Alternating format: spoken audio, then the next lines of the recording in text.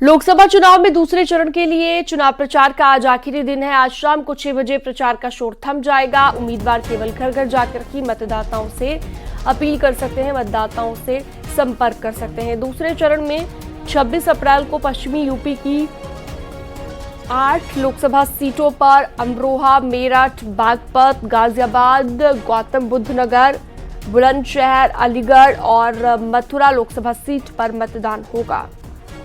पश्चिमी उत्तर प्रदेश की इन 8 सीटों पर शुक्रवार सुबह 7 से शाम 6 बजे तक वोट डाले जाएंगे। पिछले लोकसभा चुनाव में इन 8 सीटों में से 7 बीजेपी और 1 बसपा की झोली में गई थी।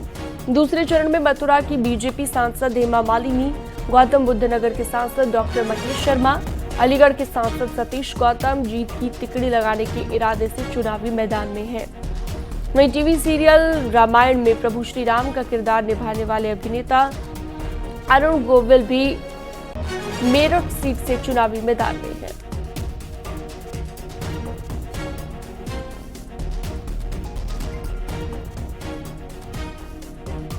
तो दूसरे चरण के लिए आज चुनाव प्रचार थम जाएगा। आज भी जोरों शोरों से प्रचार आपको दिखाई देने वाला है। तमाम जो प्रत्याशी हैं एक बार फिर चुनावी मैदान में उतरेंगे प्रचार के लिए और साथ ही स्टार प्रचारकों का भी अलग अलग जगहों पर रैली, रोड शो होगा। दूसरे चरण के लिए मतदान का आज आखिरी दिन है।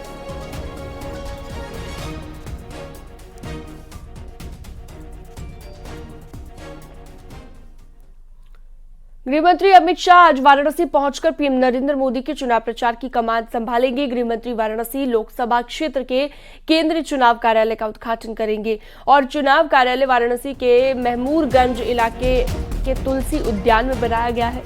इसके अलावा गृहमंत्री अमित शाह मोती झील मैदान में जनसभा को संबोधित भी करेंगे। 50 वरिष्ठ कार्यकर्ताओं के साथ बैठक करेंगे और रात्रि विश्राम काशी में ही करेंगे। अगले दिन काशी विश्वनाथ मंदिर में दर्शन पूजन करने के बाद दिल्ली रवाना हो जाएंगे। गृहमंत्री अमित शाह के वाराणसी दौरे के दौरान सीएम योगी और दोनों डिप्टी सीएम, बीजेपी के प्रदेश अध्यक्ष और बीजेपी प्रदेश संगठन महामंत्री भी मौजूद रहेंगे और आज शाम को करीब 5 बजे अमित शाह वाराणसी एयरपोर्ट पहुंचेंगे। पार्टी कार्यकर्ता उनका भव्य स्वागत करेंगे।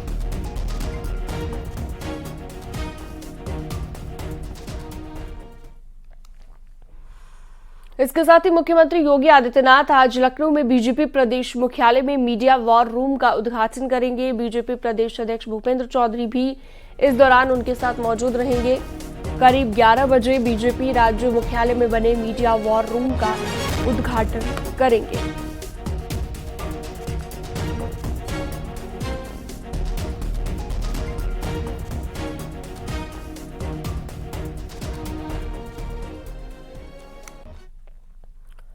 और सूत्रों के हवाले से एक बड़ी खबर इस वक्त की आपको बता देते हैं, जहां पर कन्नौज से उम्मीदवार बदल सकती है समाजवादी पार्टी।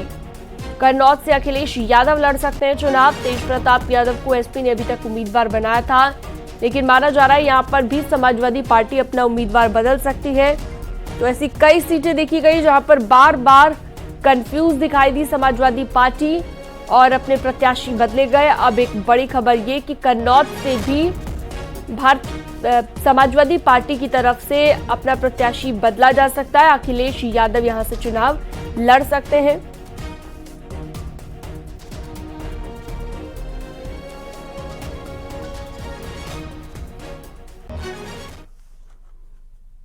समाजवादी पार्टी के अध्यक्ष अखिलेश यादव आज इटावा के दौरे पर रहेंगे। अखिलेश यादव इटावा लोकसभा क्षेत्र की जसवंत नगर विधानसभा क्षेत्र के चौपला और ताखा में चुनावी कार्यकर्ता सम्मेलन में शिरकत करेंगे।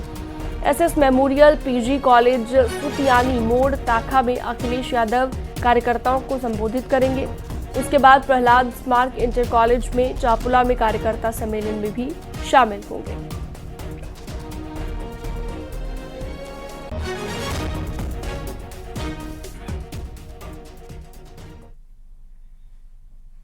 और वक्त एक छोटे से ब्रेक का है, लेकिन उससे पहले आपको बता दें कि मुसलमान और मंगलसूत्र क्या 2024 का विजय सूत्र होने जा रहा है, क्योंकि पीएम मोदी हर मंच से कांग्रेस पर सीरियल अटैक कर रहे हैं। पीएम मोदी बता रहे हैं कि कैसे कांग्रेस के घोषणा पत्र में मुस्लिम आरक्षण और आर्थिक सर्वे का जिक्र है, कैसे कांग्रेस मां बहनों के मंगलसूत्र पर नजरें गड़ाए हुए है, और पीएम के इसी बयान पर अब सियासी संग्राम छिड़ गया है। इसी को लेकर आपको पूरी रिपोर्ट दिखाते हैं।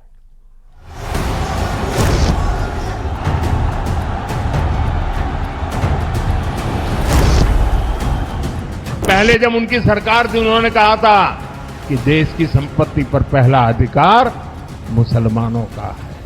जिसके पास बोलने के लिए कुछ मुद्दे नहीं हैं तो ऐसी चीजें लाते हैं। दूसरे चरण की लड़ाई मंगलसूत्र पर लौट आई। कांग्रेस पर बीजेपी के सबसे बड़े चेहरे सबसे बड़ा वार कर रहे हैं। जब उनकी सरकार थी उन्होंने कहा था कि देश की संपत्ति पर पहला अधिकार मुसलमानों का है। पीएम मोदी के भाषणों में कहीं कांग्रेस का घोषणा पत्र सेंट्रिक रहता है तो कहीं मैनिफेस्टो पर उठाए गए कांग्रेस के मुद्दे, क्योंकि मोदी ने बांसवाड़ा और अलीगढ़ की रैली में जो कहा उन शब्दों को बहुत गौर से समझने की जरूरत है। मुसलमान का पहला हक मंगलसूत्र तक बचने नहीं देंगे। 2 मकान हुए तो दूसरा सरकार छीन लेगी। पीएम मोदी ने अर्बन नक्सल का नाम भी लिया और ये भी कहा कि कांग्रेस की सरकार बनी तो आपकी संपत्ति को सरकार कब्जे में लेकर बांट देगी, और बांटेगी किसमें? घुसपैठियों के बीच। मोदी ने अपनी रैली के दौरान एक बार फिर कहा कि कांग्रेस की बुरी नजर शस्त्रधीन पर है, माताओं के मंगलसूत्र पर है, और तो और कांग्रेस के घोषणा पत्र में आर्थिक सर्वे का जिक्र है, जिसके तहत लोगों के घरों का एक्सरे करेगी और संपत्ति ले लेगी। उन्होंने मैनिफेस्टो में तो लिखा है कि आपकी संपत्ति का सर्वे करेंगे। हमारी माताओं बहनों के पास जो स्त्री धन होता है, जो मंगलसूत्र होता है, उसका सर्वे करेंगे।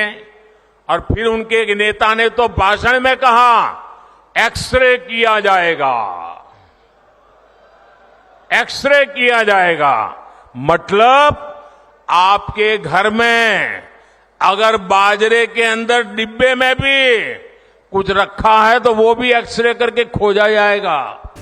पीएम मोदी ने कहा कि जब वो ऐसी बातें करते हैं और कांग्रेस के घोषणा पत्र पर सवाल उठाने पर विपक्षी गठबंधन मोदी को गाली देने लगता है। कांग्रेस की इस वोट बैंक की राजनीति, तुष्टीकरण की राजनीति का पर्दाफाश किया था। इससे कांग्रेस और उसको सिस्टम में उनको इतनी मिर्ची लगी है, इतनी मिर्ची लगी है कि वो हर तरफ गालियां देने में टूट पड़े। जो आए वो मोदी को गाली दे रहा है। पीएम ने कांग्रेस पर आरोप लगाया कि वो संविधान के खिलाफ जाकर SC/ST आरक्षण में सेंधमारी करके मुसलमानों को आरक्षण देने की कोशिश कर रही है।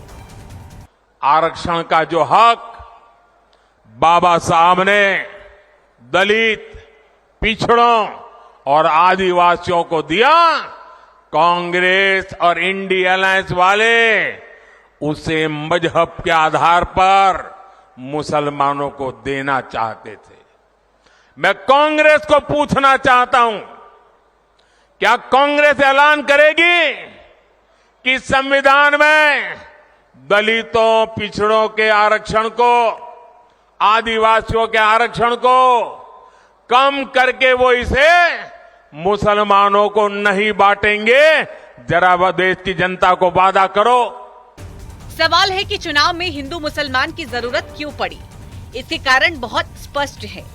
कांग्रेस और बीजेपी सांप्रदायिक ध्रुवीकरण और मुसलमानों के तुष्टीकरण पर आकर ही टिकती है, लेकिन बीजेपी के हिंदुत्व वाली पिच पर कांग्रेस क्लीन बोल्ड ही हो जाती है। प्रधानमंत्री नरेंद्र मोदी जैसे कद्दावर राजनेता इसे बखूबी समझते हैं, और जब भी मुसलमान कहते हैं, विपक्ष के नेता तिलमिला जाते हैं। Bureau report, news 18। तो दूसरी तरफ मुख्यमंत्री योगी आदित्यनाथ ने कांग्रेस पर आरोप लगाते हुए क्या कहा वो भी आपको बताते हैं। कहा कि कांग्रेस ने अपने चुनावी घोषणा पत्र में देश में शरिया कानून लागू करने और जनता की संपत्ति का बंटवारा करने की मंशा जाहिर की है। सीएम योगी ने कहा कि कांग्रेस और उसके सहयोगी दलों ने देश के साथ गद्दारी की है। अब एक बार फिर से गद्दारी करने के लिए अपने झूठे घोषणा पत्र के साथ अपने पास आए हैं। और साथ ही मुख्यमंत्री ने आरोप ये भी लगाया कि घोषणा पत्र को देखें तो अगर कांग्रेस की सरकार बनी तो शरिया कानून लागू किया जाएगा। आज कांग्रेस का जो घोषणा पत्र है उसको आप देखेंगे, क्या कहते हैं? कहते हैं हमारी अगर सरकार बनी तो हम शरिया कानून लागू कर देंगे। आप बताओ, ये देश बाबा साहब भीमराव अंबेडकर के द्वारा बनाए गए संविधान से चलेगा या किसी शरीयत से चलेगा? भारत संविधान से चलेगा। बाबा साहब भीमराव अंबेडकर के द्वारा बनाए गए संविधान से भारत चलेगा, न कि किसी शरीय कानून से। कांग्रेस के लोग अपने घोषणा पत्र में इस बात की चर्चा करते हैं कि हम व्यक्तिगत कानून को लागू करेंगे, यानी शरिया कानून लागू करेंगे, क्योंकि मोदी जी ने 3 तलाक की प्रथा को रोक दिया, पूरी तरह रोक लगा दी, उस पर लगाम लगा दी, और उसको कहते हैं कि हम फिर से व्यक्तिगत कानून पुनर्बहाल करेंगे। ये लोग शरिया कानून लागू करेंगे और कहते हैं कि हम लोग जनता की प्रॉपर्टी को हत्या करके ले करके उसके माध्यम से फिर उसका बंदर बांट करेंगे।